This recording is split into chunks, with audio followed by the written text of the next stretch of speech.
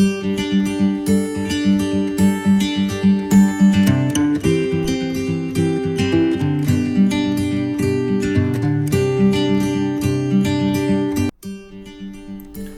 वालेकुम दोस्तों, आज हमारा सब्जेक्ट है ई लाइफ मोबाइली राउटर।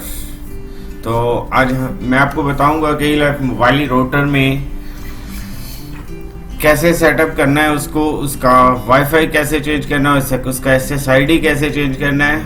और ये भी मैं आपको बताता चलूँ कि ई लाइफ जो राउटर है वो डुअल बैंड है, वो 2.4 गीगाहर्ट्ज़ और 5 गीगाहर्ट्ज़ दोनों उस पर कॉन्फ़िगर कर सकते हैं हम। और मैं आपको ये भी बताऊंगा कि 5 गीगाहर्ट्ज़ को कंपैटिबल जो पीसी से कंपैटिबल कैसे करते हैं, ये मैं आपको नेक्स्ट वीडियो में बताऊंगा। लेकिन 5 गीगाहर्ट्ज़ को अनेबल कैसे करते हैं राउटर से, वो मैं इसमें आपको बताऊंगा। तो चलो स्टार्ट करते हैं। सबसे पहले आपको जैसे मैंने बताया हुआ है कि जो डिफ़ॉल्ट IP है, सबसे पहले आपको वो पता होना चाहिए। लेकिन मैं आपको ये बता देता हूँ कि ई लाइफ मोबाइल का डिफ़ॉल्ट IP 192.168.100.1 है। लेकिन मैंने यहाँ पे इसको मॉडिफाई किया हुआ है, तो 1.1 में आ जाते हैं। इसको एंटर करेंगे। यूज़र, इसका जो अकाउंट है, यूज़र नेम है वो user, password user, password user, ठीक है। इससे भी इंटर हो सकते हैं। एक दूसरा भी है इसका, वो है रूट, ओके। एक दूसरा भी है इसका, उसका जो है टेलीकॉम एडमिन टेलीकॉम, ठीक है। तो हम यूज़र से इंटर हो जाते हैं। इंटर हो गए हम यूज़र से। सबसे पहले क्या है, अगर आपको अपनी पोर्ट जो है मॉडिफाई करनी है तो लैन में आना है। लैन में आके आपने देखें, ये जो इसकी डिफ़ॉल्ट थी वो 100 थी ऐसे, तो मैंने इसको मॉडिफाई करके अप्लाई कर दिया था। इसलिए अब जो ये प्राइमरी IP एड्रेस जो इसका 11 हो गया हुआ है, ठीक है। प्राइमरी एड्रेस सबनेट मास्क ये है और इसका अनेबल सेकेंडरी एड्रेस जो है 2.1 है, ठीक है। उसके बाद ये DHCP कॉन्फ़िगरेशन है इसकी, सर्वर कॉन्फ़िगरेशन, जो कि मेरा ख्याल है मोस्टली यूज़र एंड पे यूज़ नहीं करते हैं। DHCP स्टैटिक IP कॉन्फ़िगरेशन है, ये भी यूज़र एंड पे यूज़ नहीं करते हैं। उसके बाद मैं आपको तो दोस्तों उसके बाद मैं आपको VLAN का बताता हूँ कि आपने अपना वाईफाई कैसे कॉन्फ़िगर करना है। अब वाईफाई जो है दो तरह का है, डुअल बैंड है यहाँ पे मोबाइली का। एक तो 2.4 गीगाहर्ट्ज़ है और एक 5 गीगाहर्ट्ज़ है। तो चलते हैं VLAN में जाएंगे। ये देखें, पहले जो फर्स्ट पे है 2.4G बेसिक कॉन्फ़िगरेशन, ये 2.4 गीगाहर्ट्ज़ है। तो इसको क्लिक करेंगे तो इसकी ये 3 SSID इस वक्त बनी हुई है। किसी एक पे भी क्लिक करें। जैसे आपका जो नया मोबाइली ई लाइफ इंस्टॉल होता है तो उस पे मोबाइली की तरफ से यूज़र पासवर्ड वाईफाई का दिया होता है। तो यहाँ पे आके आप अपनी मर्ज़ी का SSID कोई भी रख सकते हैं, एग्जाम्पल, और यहाँ पे हम पासवर्ड दे सकते हैं अपनी मर्ज़ी का, और इसको अप्लाई करवाएंगे और ये आपका SSID रेडी हो जाएगा। और सेकंड नंबर पे है दोस्तों 2.4G एडवांस कॉन्फ़िगरेशन। तो एडवांस कॉन्फ़िगरेशन में ये देखें, हमें बता रहा है कि मूड किस मूड पे ये चल रहा है और कौन कौन सी डिवाइसेस इस पे कंपैटिबल है। वैसे तो मोस्टली 2.4 गीगाहर्ट्ज़ के साथ हर डिवाइस तकरीबन जो है सपोर्टेड होती है। 5 गीगाहर्ट्ज़ के साथ सारी डिवाइसेस कंपैटिबल नहीं है। 5 गीगाहर्ट्ज़ को आप कॉन्फ़िगर करेंगे तो वहाँ मोबाइली का जो है ऑलरेडी यूज़र कॉन्फ़िगर होगा, SSID नाम होगा। तो यहाँ पे आके आप चेंज कर सकते हैं, यहाँ से आप न्यू बना सकते हैं। तो यहाँ से आके इसमें पासवर्ड देना है और इसको अप्लाई कर देना है। इसके बाद मैं आपको ये बता देता हूँ कि 5G एडवांस कॉन्फ़िगरेशन है।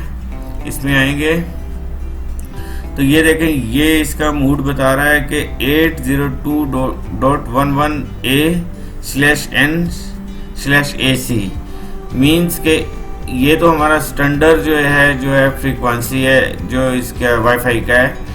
तो आगे जो इसने मॉडल दिए हुए हैं स्लैश के साथ, अगर ये आपके डिवाइस में कंपैटिबल हैं देन ये वाईफाई 5 गीगाहर्ट्ज़ आपके जो है डिवाइस के साथ कनेक्ट होगा। तो मैं आपको ये तरीका भी बता देता हूँ कि आप कैसे चेक, अगर आप कंप्यूटर में हैं तो कंप्यूटर से आप कैसे चेक करेंगे। आप CMD में आ जाएं, CMD में आके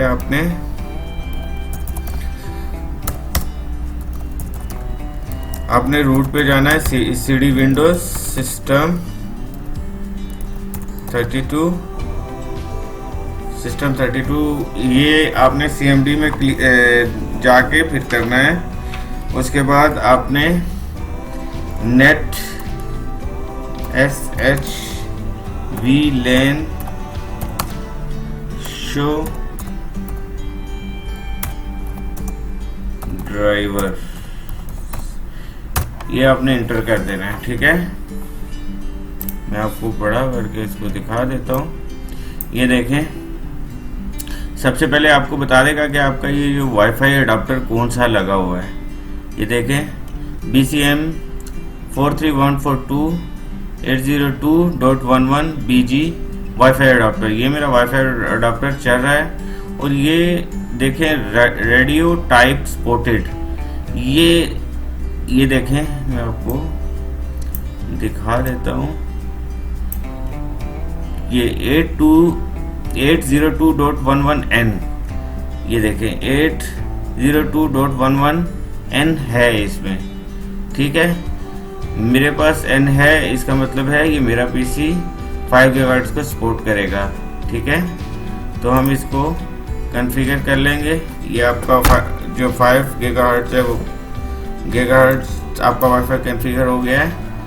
उसके बाद मैं आपको बता देता हूँ कि आप कोई भी इसमें चेंजिंग करते हैं तो सिस्टम टूल्स में आके कॉन्फ़िगरेशन फाइल सेव कर लेना है और उसकी कॉन्फ़िगरेशन चेंज हो जाती है। इसके बारे में मैं पोर्ट फॉरवर्डिंग के बारे में पहले आपको बता चुका हूँ, आप मेरी पुरानी वीडियो देख सकते हैं, उसमें अवेलेबल है, लेकिन फिर से आपको बता देता हूँ। फॉरवर्ड रूल्स में जाके DMZ कॉन्फ़िगरेशन, इसको आपने अनेबल करना है और जो भी आपने डिवाइस इसके साथ इंस्टॉल करनी है उसका IP देना है। ठीक है, उसके बाद पोर्ट मैपिंग में जाके कॉन्फ़िगरेशन करनी है, कॉन्फ़िगरेशन पोर्ट मैपिंग, इसमें हमने न्यू में जाके जो सी भी एप्लीकेशन जो मैपिंग हमने नाम करना है जो डिवाइस का, वो यहाँ दे देना है। यहाँ पे इंटरनल होस्ट देना है, जो डिवाइस हम रिमोट कर रहे हैं उसका IP यहाँ पे एक्सटर्नल होस्ट देंगे।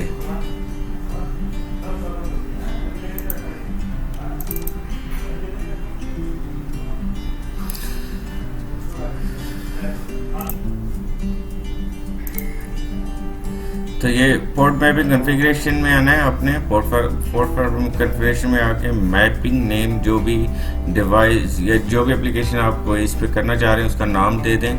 यहाँ पे आपने इंटरनल होस्ट देना है, इंटरनल होस्ट मीन्स जो सी डिवाइस आप रिमोट करना चाह रहे हैं उसका IP। एक्सटर्नल होस्ट पे आपका पब्लिक IP आ जाएगा और ऐड करेंगे तो यहाँ पे TCP UTP देना है। आपने जो सी डिवाइस आप करवा रहे हैं यहाँ से रिमोट, उसका आपने पोर्ट देना है यहाँ पे। ठीक है, उसके बाद अप्लाई कर देना है, यहाँ से आपकी पोर्ट फॉरवर्डिंग हो जाएगी। तो दोस्तों, होपफुली आपको ये वीडियो पसंद आई होगी, आपको समझ आई होगी। अगर इसके बारे में कोई भी क्वेश्चन हो तो काइंडली आप मुझे ईमेल कर सकते हैं, मुझे कमेंट कर सकते हैं। नेक्स्ट वीडियो तक के लिए इजाज़त दीजिए। अल्लाह हाफिज़।